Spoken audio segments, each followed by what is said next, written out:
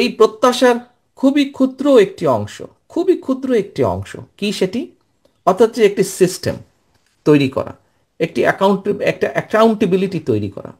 আমরা যদি একটি সঠিক স্বচ্ছ সিস্টেম ধীরে ধীরে গড়ে তুলতে পারি, তাহলে আমরা একটি অ্যাকাউন্টেবিলিটি গড়ে তুলতে পারবো।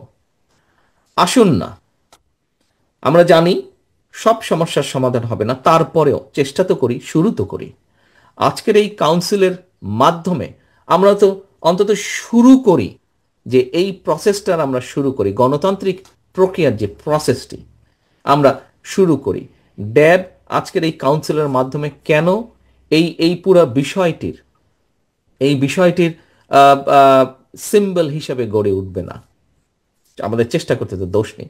এবং আমি দৃঢ়ভাবে বিশ্বাসী, আমাদের আহ্বায়ক কমিটি, আমাদের আহ্বায়কের সদস্য, আমরা যেই কমিটিটি গঠন করেছিলাম, যাদের অক্লান্ত পরিশ্রমের মাধ্যমে গত কয়েক মাসে এই মুহূর্ত পর্যন্ত এসে আমরা দাঁড়িয়েছি এরকম একটি সুন্দর অনুষ্ঠানের মাধ্যমে, এবং আমি দৃঢ়ভাবে বিশ্বাসী ইনশাআল্লাহ আগামী কয়েক ঘন্টার মধ্যে পুরো প্রসেসটাকে ওনারা কমপ্লিট করতে পারবেন।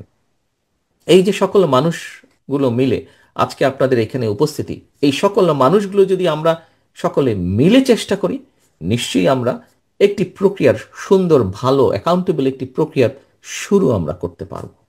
আমরা যদি এখানে শুরু করতে পারি, ধীরে ধীরে আমরা আমাদের দলের বিভিন্ন পর্যায়ে শুরু করতে পারবো। আমরা যদি দলের বিভিন্ন পর্যায়ে শুরু করতে পারি, দৃঢ়ভাবে আমি বিশ্বাস করি ইনশাল্লাহ আমরা সামগ্রিকভাবে দেশের স্থানীয় থেকে শুরু করে জাতীয় পর্যন্ত সকল পর্যায়ে আমরা ধীরে ধীরে অ্যাকাউন্টেবিলিটি শুরু করতে পারি।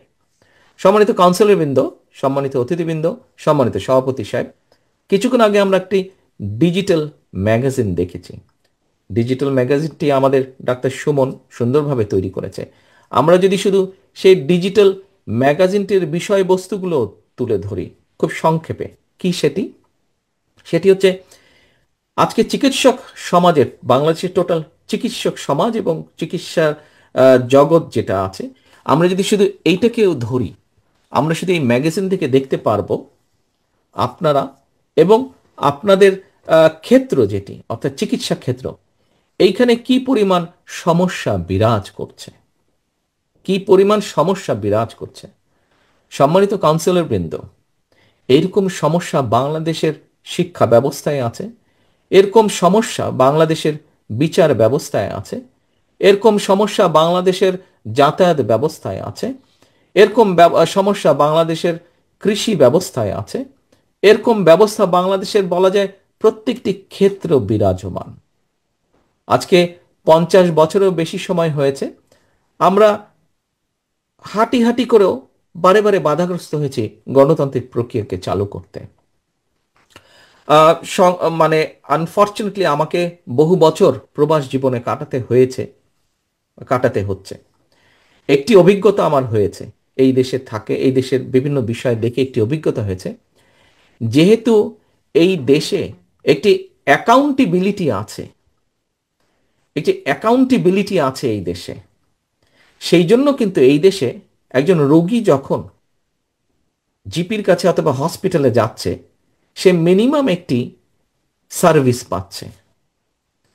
অর্থাৎ শুধু একজন রোগী হিসেবে নয়, যে কোনো জায়গায় যে কোনো মানুষ যখন যাচ্ছে, তার যেটি প্রাপ্য, মানুষ হয়তো খুব বেশি আশা করে, হয়তো সবসময় তার আশা অনুযায়ী পাচ্ছে না, কিন্তু তারপর মিনিমাম তার যেটি প্রাপ্য, যেই সার্ভিসটা তার প্রাপ্য, সেটি কিন্তু সে পাচ্ছে। আমি অন্তত ইউকের ক্ষেত্রে বা ইংল্যান্ডের ক্ষেত্রে আমি এটা বলছি, কারণ এখানে থেকে আমি দেখেছি সেটা, জেনি সেক্টরই হোক না কেন। কিন্তু কেন সে পাচ্ছে? সে এই জন্য পাচ্ছে যে এইখানে এই সমাজ ব্যবস্থায়, এই রাষ্ট্র ব্যবস্থায় বহু বছরের প্রচেষ্টায় তারা একটি অ্যাকাউন্টেবিলিটি গড়ে তুলেছে। অর্থাৎ একজন চিকিৎসক, আমরা এই ম্যাগাজিনটি থেকে দেখেছি, একজন চিকিৎসক নির্যাতিত হচ্ছে বিভিন্ন, ডক্টর সুমন যেটা তুলে ধরেছে, আমরা যদি সেটাকেও তুলে ধরি উদাহরণ হিসাবে, যেই চিকিৎসক নির্যাতিত হচ্ছে, হয়তো বাংলাদেশের ক্ষেত্রে দেখা যাচ্ছে এটির কোনো বিচার হচ্ছে না বা কোনো কোনো এটা সুরাহা হচ্ছে না, কিন্তু এটি যদি এই দেশে হয়, তাহলে অবশ্যই একটি জবাবদিহিতা আছে, যে করেছে এবং যে ভুক্তভোগী উভয়ের সবকিছু শুনে একটি একটি ডিসিশনে আসবে, একটি সুরাহা হবে কেন ঘটনাটি ঘটলো, কেন হওয়া উচিত বা হওয়া উচিত না। ঠিক একইভাবে কোনো রোগী যদি সার্ভিস না পায় তাহলে তার প্রতিবাদ জানানোর জায়গা আছে, এবং সে যদি প্রতিবাদ জানায় তাহলে সেটির কারণ দেখা হবে এবং সেই সমস্যাটির সুরাহা করা হবে। কাউন্সিলরবৃন্দ, সম্মানিত কাউন্সিলরবৃন্দ, আমার যেই অভিজ্ঞতাটি বা ধারণাটি জন্মেছে এটি হচ্ছে যে এই যে যেই কথাটি বললাম সার্ভিস পাচ্ছে, তার প্রধান কারণই হচ্ছে অ্যাকাউন্টেবিলিটি আছে, অর্থাৎ প্রত্যেকটি মানুষকে জবাবদিহি করতে হয়। প্রত্যেকটি মানুষকে, সমাজের যে কোনো মানুষকে, যে যেই অবস্থানেই আছেন না কেন, প্রত্যেকের একটি জবাবদিহিতা আছে। স্টেজে মহাসচিব সাহেব বসে আছেন, ওনার বক্তব্যে উনি বলেছেন ওনারা ওনারা ওনারা যেই জায়গায় গিয়েছেন বয়স হিসেবে অনেক ওনারা অভিজ্ঞতা অর্জন করেছেন। ওনাদের থেকে আমাদের বয়স অনেক কম, বা ওনার সাথে যারা আছেন একই বয়সের, আমাদের আমাদের অভিজ্ঞতা কম because of our age. But আমাদের যে অভিজ্ঞতা হয়েছে, আমার মনে করি একই অভিজ্ঞতা ওনাদেরও হয়েছে। যেই কথাটি আমি এতক্ষণ তুলে ধরেছি, আমরা হয়তো সামগ্রিকভাবে সমগ্র দেশে এই অ্যাকাউন্টেবিলিটিটা গড়ে তুলতে পারিনি। আমরা 31 দফা দিয়েছি। আজকে এই মুহূর্তে দেশে রিফর্ম নিয়ে অনেক কথা হয়েছে, অনেক আলোচনা হয়েছে। বর্তমান অন্তর্বর্তীকালীন সরকার রিফর্ম কমিটি গঠন করেছে, বিভিন্ন রাজনৈতিক দল গিয়েছে, তারা তাদের প্রস্তাবনা দিয়েছে। সম্মানিত কাউন্সিলরবৃন্দ, উপস্থিত অতিথিবৃন্দ, সভাপতি সাহেব, নিশ্চয়ই আপনাদের প্রত্যেকের মনে আছে বাংলাদেশ জাতীয়তাবাদী দল বিএনপি এই রিফর্মগুলো, এই যে যত রিফর্ম নিয়ে কথা হচ্ছে তার 99% রিফর্ম, এই প্রস্তাবনাগুলো জাতির সামনে আজকে থেকে প্রায় 2.5 বছর আগে বাংলাদেশ জাতীয়তাবাদী দল জাতির সামনে উপস্থাপন করেছিল। সেই কথাগুলি বিভিন্নভাবে আজকে সরকার গঠিত রিফর্ম কমিশন আলাপ করছে বিভিন্ন রাজনৈতিক দলের সাথে। সেদিন কেউ নয়, বিএনপি এবং বিএনপির সাথে যেই সমমনা রাজনৈতিক দলগুলো ছিল, যাদেরকে নিয়ে বিএনপি রাজপথে আন্দোলনে ছিল, যাদেরকে নিয়ে বিএনপি চেষ্টা করেছে স্বৈরাচারকে হটাতে, জনগণের বুক ভরে শ্বাস নেওয়ার একটি পরিবেশ তৈরি করতে, সেই রাজনৈতিক দলগুলোকে সাথে নিয়ে বিএনপি 31 দফা বা রিফর্ম দিয়েছিল জাতির সামনে।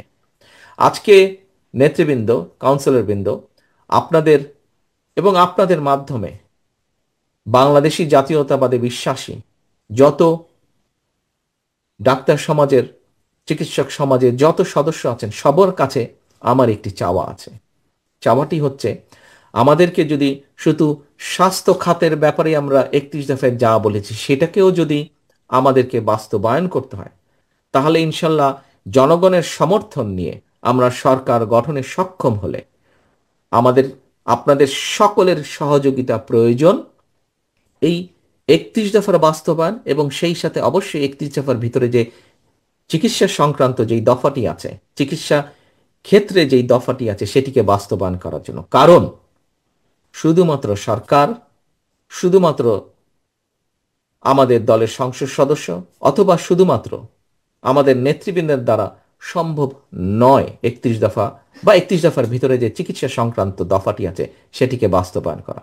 আমাদেরকে যদি এটি বাস্তবায়ন করতে হয়, অবশ্যই অবশ্যই এখানে উপস্থিত 3117 জন কাউন্সিলর সহ ড্যাবের যত কর্মী আছেন, যত সমর্থক আছেন, প্রত্যেকটি মানুষের সহযোগিতা প্রয়োজন বাস্তবায়ন করতে হলে। সম্মানিত কাউন্সিলরবৃন্দ, দেশটি আমাদের সকলের।